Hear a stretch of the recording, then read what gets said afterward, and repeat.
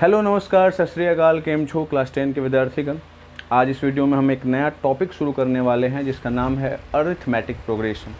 यहाँ पे आपको हेडिंग दिख रहा होगा, अरिथमेटिक प्रोग्रेशन, जिसको समानांतर श्रेणी बोलते हैं। तो हिंदी पे ना जाएंगे, अरिथमेटिक प्रोग्रेशन हम जानने वाले हैं। तो अरिथमेटिक प्रोग्रेशन को जानने से पूर्व आपको कुछ बेसिक टर्म्स के बारे में जानना होगा, और वो कौन कौन से टर्म हैं जिनको जानना ज़रूरी है। तो पहला जो टर्म है जिसको आपको जानना ज़रूरी है उसका नाम है सीक्वेंस। सीक्वेंस क्या होता है? ये वर्ड सुनते ही आपको कुछ लग रहा होगा कि ये मैंने कहीं ना कहीं सुना है। आपने कहाँ सुना होगा? आपने सुना होगा कि मैंने कुछ चीज़ों को सीक्वेंस में सजाया है, ऐसा बोलते हुए किसी को सुना होगा। तो सीक्वेंस का मतलब यही होता है कि प्रॉपर ऑर्डर में सजाना, ठीक है। तो सीक्वेंस में कोई चीज़ अरेंज है कि नहीं है, सजाया हुआ है कि नहीं, ये पता कैसे चलेगा जब तक आप उसका डिफिनीशन नहीं जानोगे। तो सबसे पहले जानते हैं कि सीक्वेंस होता क्या है। तो जैसे सीक्वेंस का डिफिनीशन क्या होगा, तो यहाँ पर हम लिख लेते हैं सम नंबर्स। किसी को भी अरेंज किया जा सकता है, लेकिन हम नंबर्स को अरेंज करना सीखेंगे अरिथमेटिक प्रोग्रेशन में, ठीक है। तो सीक्वेंस हम जानने वाले हैं, किसी भी चीज़ को हम सजा सकते हैं सीक्वेंस के फॉर्म में, लेकिन हमें अरिथमेटिक प्रोग्रेशन में नंबर्स को सजाना सीखना है। तो some numbers arranged in, arranged का मतलब सजाया रहता है, इन ए डिफिनिट ऑर्डर, एक निश्चित क्रम में, डिफिनिट ऑर्डर एक निश्चित क्रम में, ठीक है, अकॉर्डिंग टू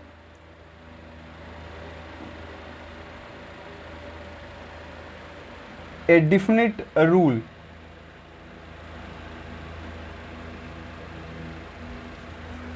तो एक रूल को फॉलो करेगा तभी वो डिफिनिट ऑर्डर में होगा, ठीक है। तो क्या होना चाहिए सीक्वेंस का खासियत? नंबर्स को जब हम सजाएंगे और उनका ऑर्डर डिफिनिट होना चाहिए, निश्चित होना चाहिए। हमको पता होना चाहिए कि आगे वाला क्या आने वाला है। ये जब पता चल जाए तो समझ लो कि वो सीक्वेंस। नेक्स्ट पता कर लो, जिस भी ग्रुप का पता चल जाएगा वो सीक्वेंस है। जैसे prime number, first prime number कौन होता है बताइए? 2, ठीक है। 2 के बाद क्या होता है? 2 के बाद 3, 3 के बाद 3 के बाद 5। पता है हमें कि 2 के बाद 3 आएगा, 3 के बाद 5 आएगा। तो ये सीक्वेंस में है, क्योंकि वो एक खास रूल को फॉलो कर रहा है। रूल क्या है? प्राइम नंबर का रूल क्या है कि जो 1 और इट्स सेल्फ से डिविजिबल होता है। तो 2 किससे कटता है? 1 से इट्स सेल्फ। 1 नहीं होता है, 1 नाइदर प्राइम नॉर कॉम्पोजिट, आपने पढ़ा होगा। तो 2 से शुरुआत होगी, 2 होगी, फिर 3 होगी, फिर 5 होगी। बातें समझ में आई? तो डिफिनिट रूल फॉलो कर रहा है, तो पता चल जा रहा है कि आगे क्या आने वाला है। तो उसे हम क्या कहेंगे? सीक्वेंस कहेंगे। Are said to be, are said to be in sequence. तो उन्हें हम क्या में समझेंगे कि वो सीक्वेंस में है, एक खास तरह के क्रम में है, एक खास तरह के ऑर्डर में है। समझ में सबको आया? प्राइम नंबर का भी ले सकते हैं, नेचुरल नंबर का भी ले सकते हैं। नेचुरल नंबर का स्टार्टिंग कहाँ से होता है? 1 से। 1 के बाद मैं 3 नहीं बोलूँगा, 2 बोलूँगा, बिकॉज हमको पता है कि नेचुरल नंबर क्या होता है और उसका एक डिफिनिट रूल है। रूल क्या है? Counting numbers are natural number, एक रूल ही है, ठीक है। तो हमें पता होगा कि 1 के बाद 2 आने वाला है, 2 के बाद 3। तो आगे नेक्स्ट क्या आने वाला है जिसका भी बता दो, वो क्या है? सीक्वेंस। चेक करने का बेहतरीन तरीका। आपके मन में आ रहा होगा कि सीक्वेंस जब ये है तो अरिथमेटिक प्रोग्रेशन क्या है। तो इन दोनों में मैं बेसिक अंतर जो है वो मैं आपको बताने वाला हूँ आगे। तत्काल ये समझिए कि सीक्वेंस क्या होता है, ठीक है। नंबर्स को सजाया जाता है एक खास ऑर्डर में, अकॉर्डिंग टू डिफिनिट रूल, एक खास रूल पे आधारित वो होता है। तो उसे हम क्या बोलते हैं? सीक्वेंस। आपके मन में मान लीजिए समझ में अभी अब नहीं आ रहा होगा, तो लेकिन एक एग्जांपल दे देते हैं तो आपको समझ में आ जाएगा। जैसे एग्जांपल में हम क्या लेते हैं? 2, 4, 6, 8, 10। अब आगे बताइए क्या आएगा? 12, उसके बाद 14, और आगे आप बता सकते हो। मैंने क्या बताया था? सीक्वेंस उसे कहेंगे जिसमें मुझे पता चल जाएगा कि नेक्स्ट क्या, व्हाट नेक्स्ट। तो उसका जवाब जिसमें मिल जाए वो सीक्वेंस है। पता चल रहा है 2 के बाद 4, 4 के बाद 6, 6 के बाद 8, 8 के बाद 10, 10 के बाद 12 है ना, 14। और इन सबको क्या कहा जाता है? टर्म्स कहा जाता है। किसका टर्म्स कहा जाएगा? सीक्वेंस। सीक्वेंस के टर्म्स हो गए। टर्म नंबर 1 क्या हो गया? 2, टर्म नंबर 2 4, टर्म नंबर 3 6, ऐसे दिखाएंगे। ये दिखाने का तरीका हो गया। इसको एक और तरीके से दिखा सकते हैं, ए से भी दिखा सकते हैं, A1 या T1, या यहाँ पे T2 या A2 लिखा सकते हैं, और T3 या A3 दिखा सकते हैं। ठीक है ना? तो टर्म्स इन्हें कहा जाता है जो सीक्वेंस में नंबर्स हैं उनको, और उनको डिनोट करने का यही तरीका है। T1 T2 T3 से डिनोट कर सकते हैं, A1 A2 A3, और आगे भी कर सकते हैं। इसको T4 बोलेंगे, इसको T5 T6 T7 एंड आगे बढ़ सकते हैं। बातें समझ में आपको आ गई?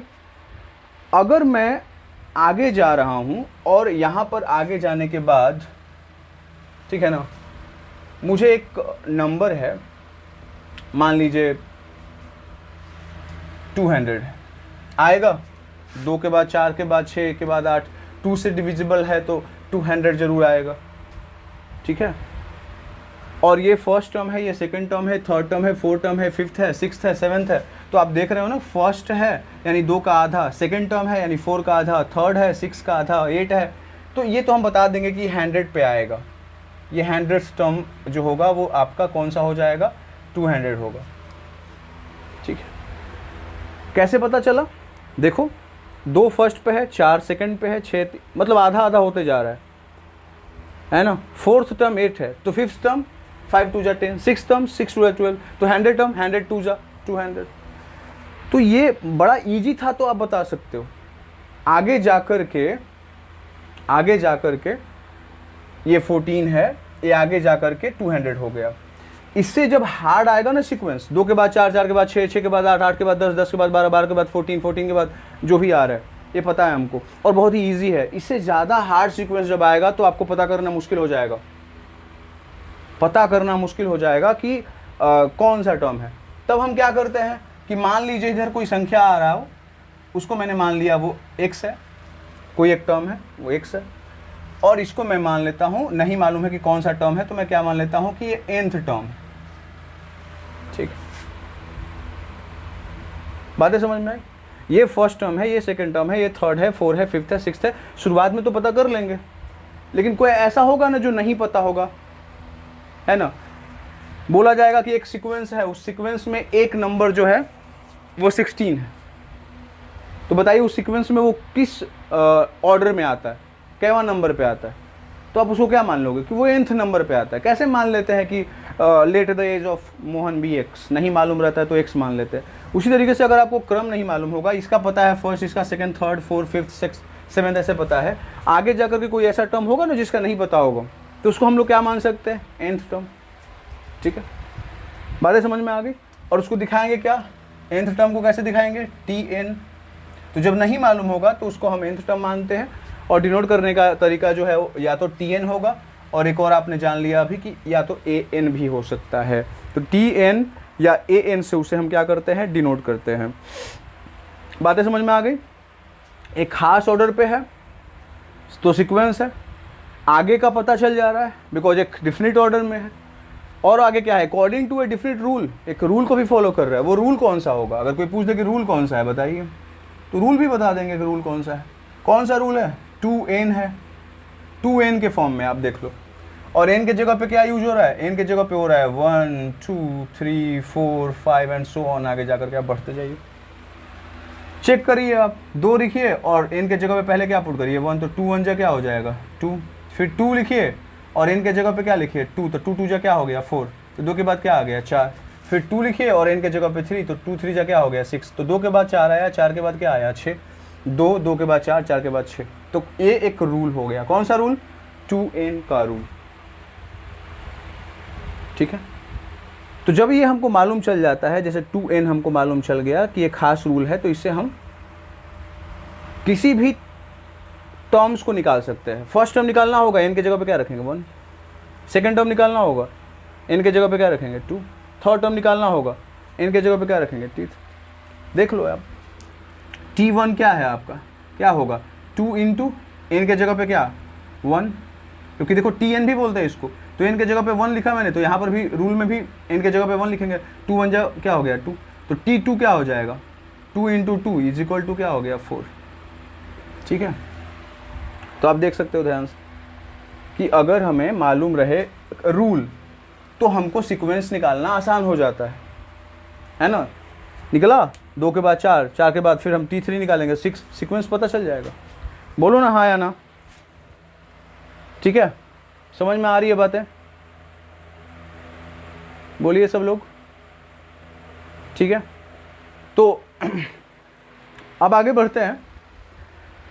हमने यह देख लिया कि यहाँ पर एक खास रूल को फॉलो कर रहा है, वो रूल कौन सा है 2n है। उसी तरीके से एक और एग्जाम्पल लेके चल सकते हैं और उस एग्जाम्पल के द्वारा भी हम बता सकते हैं कि सीक्वेंस क्या होता है। और ये आपके RS अग्रवाल वाले बुक में ये बताया गया है एक रूल।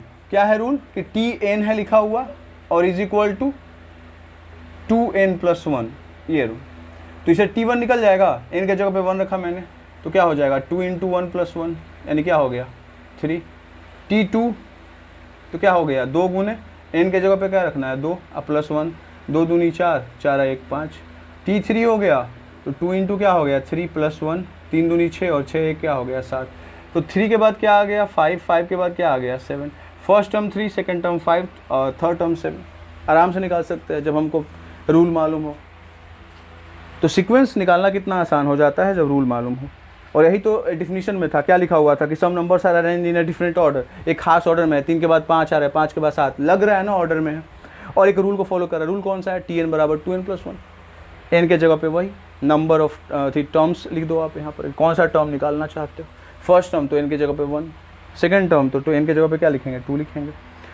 बोलो हाँ या ना। सीक्वेंस समझ में आ गया। अगर सीक्वेंस समझ में आ गया, ठीक है ना, सीक्वेंस क्या कहता है एक खास रूल को फॉलो करे, है ना, एक खास ऑर्डर में रहे और नेक्स्ट क्या है ये पता चल जाए, उसे सीक्वेंस कहेंगे। तो अर्थमेटिक प्रोग्रेशन में एक बहुत ही महीन सा अंतर है, अगर इसको आप दिमाग में नहीं रखोगे तो बहुत दिक्कत हो जाएगी। ठीक है, वो कर लेते हैं पता। सबसे पहले पता करते हैं कि अर्थमेटिक प्रोग्रेशन क्या होता है। अरिथमेटिक प्रोग्रेशन, अर्थमेटिक प्रोग्रेशन, ठीक है, हो गया। तो अरिथमेटिक प्रोग्रेशन क्या है, ये एक प्रकार का सीक्वेंस ही है। होल नंबर क्या है और नेचुरल नंबर क्या है। तो हम बोल सकते हैं कि नेचुरल नंबर और होल नंबर में अंतर बस इतना है कि 0 नेचुरल नंबर में नहीं है, बट हम ये कह सकते हैं कि all the natural numbers are whole numbers. बोलो हाँ या ना। उसी तरीके से सीक्वेंस एक होल नंबर है और अर्थमेटिक प्रोग्रेशन नेचुरल नंबर है, ऐसे मान के चलो। डिफिनीशन से पता चलेगा अर्थमेटिक प्रोग्रेशन किसे कहते हैं। अगर कोई पूछेगा तो क्या जवाब दोगे, तो इसका जवाब ये होगा कि ये एक प्रकार का क्या है सीक्वेंस है। ये सीक्वेंस एक खास तरह का क्रम, सीक्वेंस मालूम चल गया है, डिफिनेट ऑर्डर को फॉलो करे, डिफिनेट रूल को फॉलो करे। तो ये सीक्वेंस इन विच, और इनकी खासियत क्या है, in which each term, a sequence एक प्रकार का सीक्वेंस है इन विच, जिसमें each term differ from, differ का मतलब क्या होता है अलग होना चाहिए, डिफर फ्रॉम इट्स, किससे डिफर होना चाहिए, प्रीसीडिंग टर्म। प्रीसीडिंग टर्म का मतलब होता है पहले वाला, प्रीसीडिंग टर्म। मैं समझाऊंगा, अगर ये डिफिनीशन आपको अभी समझ में नहीं आ रहा, लेकिन आ जाएगा बहुत सारे लोग। By a constant, a sequence in which each गड़बड़ हो गया, a sequence in which each term, हर एक टर्म जो है डिफर करता है फ्रॉम इट्स प्रीसीडिंग टर्म, है ना, एक्सेप्ट, या यहां पे लिखते हैं पहले preceding term by a constant, और एक्सेप्ट लिख देते हैं फर्स्ट टर्म। ये आपके एनसीईआरटी में दिया हुआ, ये ऐड किया हुआ है। RS अग्रवाल में ये ऐड नहीं किया है, लेकिन ऐड करना बहुत ज़रूरी है, मैं आपको समझाऊंगा क्यों, ठीक है ना। Accept first term is called NAP।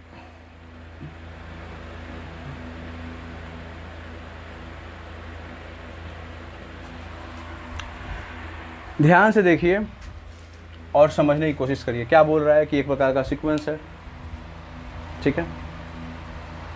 तो फर्क क्या है? फर्क ये है कि each term differ from it's preceding term by a constant accept first term, है ना। जैसे फर्स्ट टर्म मैंने स्टार्ट किया क्या, 2, तो 2 के पहले तो मुझे नहीं ना पता है, तो फर्स्ट टर्म तो अपने मन से मैंने लिखा। अब इसके बाद मैंने लिखा है 4, और 4 के बाद मैंने लिखा है 6, और 6 के बाद मैंने लिखा है 8, 8 के बाद मैंने 10 लिखा है। तो 4 2 से कितना ज़्यादा, 2, 6 4 से कितना ज़्यादा, 2, 8 6 से कितना ज़्यादा, 2। एक प्रकार का सीक्वेंस है कि नहीं बताओ? एग्जाम्पल बताया गया था पहले भी, तो सीक्वेंस है इन विच ईच टर्म है ना डिफर का मतलब क्या होता है, अलग होना चाहिए, फ्रॉम इट्स प्रीसीडिंग टर्म, है ना, अपने पहले वाले से। तो इसका तो पहले है ही नहीं, इसलिए मैंने यहाँ पे क्या लिखा, accept first term. First term को छोड़ दो, फर्स्ट टर्म को छोड़ करके बाकी जो है ना उसको देखो, और वो जो डिफरेंस होना चाहिए वो क्या होना चाहिए, कांस्टेंट होना चाहिए, वो कांस्टेंट होना चाहिए, तब जा करके होगा। पता कर लो ये क्या है T1, ये क्या है T2, ये क्या है T3, ये क्या है T4, ये क्या है T5। चेक करने के लिए क्या बोल रहा है कि हर में पिछला टर्म अपने अगले टर्म से क्या होगा, छोटा होगा, है ना। या ये भी कह सकते हैं कि अगला टर्म पिछले टर्म से बड़ा होगा, और हर बार जो मतलब जो लार्ज होगा वो एक फिक्स लार्ज होगा, है ना, और उसको हम लोग क्या बोलेंगे, कांस्टेंट। जैसे कहने का अर्थ इसका यही है कि T2 में से T1 अगर हमने घटाया तो ये बराबर होगा T3 माइनस T2 से, और ये बराबर होगा T4 माइनस T3 से, और ये बराबर होगा T5 माइनस T4 से। ये बोला जा रहा है। तो अगर मैं माइनस करूँगा तो 4 माइनस 2 होगा, इधर यहाँ पर 6 माइनस 4 होगा, 8 माइनस 6 होगा, एंड 10 माइनस 8 होगा। आप निकाल लो डिफरेंस, 2 2 2 एंड 2। ये क्या है, हर वैल्यू जब सेम होता है तो उसे क्या बोलते हैं, कांस्टेंट। तो ये कांस्टेंट हो गया। ऐसा नहीं कि 2 के बाद 4 हो जाए, 4 के बाद 10 हो जाए, गड़बड़ हो जाएगा। 2 के बाद 4 डिफरेंस 2, 4 के बाद 10 डिफरेंस 6 नहीं है। This is not an AP. AP कब होगा, when each term differ from it's preceding term by a constant accept first term. First term को छोड़ के बोलो यस और नॉट, मतलब समझ में आ गया होगा, ठीक है ना। और इसी कांस्टेंट को हम लोग बोलते हैं कॉमन डिफरेंस। इसी को कॉमन डिफरेंस कहा जाता है, और डिनोट किसे किया जाता है, डी से, डिनोटेड बाय डी। यही है कॉमन डिफरेंस, इसको डिनोट किया जाता है डी से।